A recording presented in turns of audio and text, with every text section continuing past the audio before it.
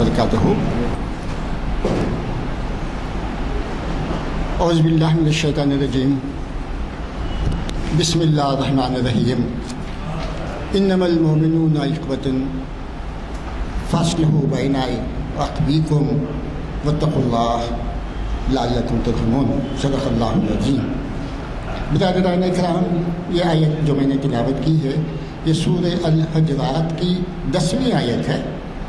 اس کے اندر اللہ تعالیٰ فرماتے ہیں، اے لوگو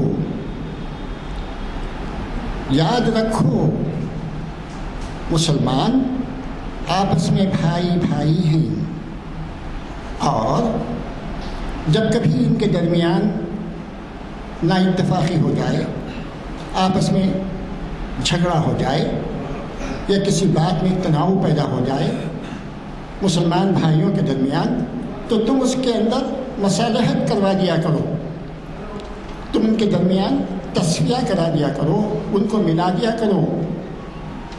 یہ اللہ تعالیٰ کا حکم ہے ہمارے لیے. اور اس کے بعد اللہ تعالیٰ فرماتی ہیں اللہ سے ڈرتے رہو تاکہ تم پر اللہ رحم کرے. قرآن کی آیتوں کے مطابق ہم کو اپنی عملی زندگی کو گزارنی چاہیے. آج کے پروگرام کے بارے میں الحمدللہ آج اقبال شناسی کی 1090ویں نشست ہے جو جامعہ مسجد عالیہ گن فاؤنڈری میں آج 5 اکتوبر کو بعد نماز عصر منعقد ہو رہی ہے. اور اس کو مخاطب کرنے والے ہی ہماری جانی پہچانی حیدرآباد کی معروف شخصیت شاعر جناب ڈاکٹر رؤوف خیر صاحب، اور ان کا عنوان ہے متروکات اقبال. اس کے اوپر روشنی ڈالیں گے. ایک عرصے کی غیر حاضری کے بعد وہ آج ہمارے درمیان ہیں. بائی پاس سرجری ہارٹ کی ان کی ہوئی ہے. اللہ تعالیٰ ان کو صحت یاب رکھے اور ہم سب کو بھی اللہ تعالیٰ تمام بیماریوں اور افکار سے نجات دلائے اور سب کو شفائے کاملہ اور عاجلہ نصیب عطا فرمائے. آمین. 24 نومبر 2020 کو چھپی تھی. 24 نومبر فروری 20. اس میں لکھا ہے کہ مکہ مکرمہ 23 فروری سیاست.com. امریکہ نے لکھا کہ اگر مسلمان قرۂ ارض پر طواف کرنا، عبادتیں کرنا بند کر دیں تو ہماری زمین اپنے معمول کے مطابق گھومنا بند کر دے گی. زمین کا چکر ایک لخت رک جائے گا، کیونکہ زمین کی گشت کا محور حجر اسود پر قائم ہے. طواف یا عبادتیں بند ہونے سے اس کی کشش اور افادیت ختم ہو جائے گی. 15 یونیورسٹیوں کی جانب سے کیے گئے ریسرچ کے نتائج سے پتہ چلتا ہے کہ حجر اسود میں سب سے زیادہ معدنی کشش پائی جاتی ہے، جو موجودہ دھات سے 23,000 گنا طاقت رکھتی ہے.